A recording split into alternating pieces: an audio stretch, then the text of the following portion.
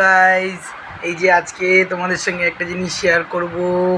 এই যে আমার বাবু এখন সকাল বাজে 10:30টার মতো, এখন সে টিফিন করছে।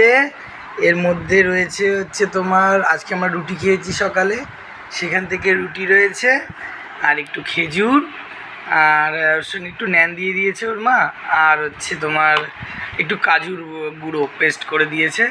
ব্যাস, খুব টেস্টি। তোমরাও করে খাওয়াতে পারো। ও তো খায়, কিন্তু এখন খাচ্ছে কি না ওর মুডটা নেই মনে হয় এর জন্য।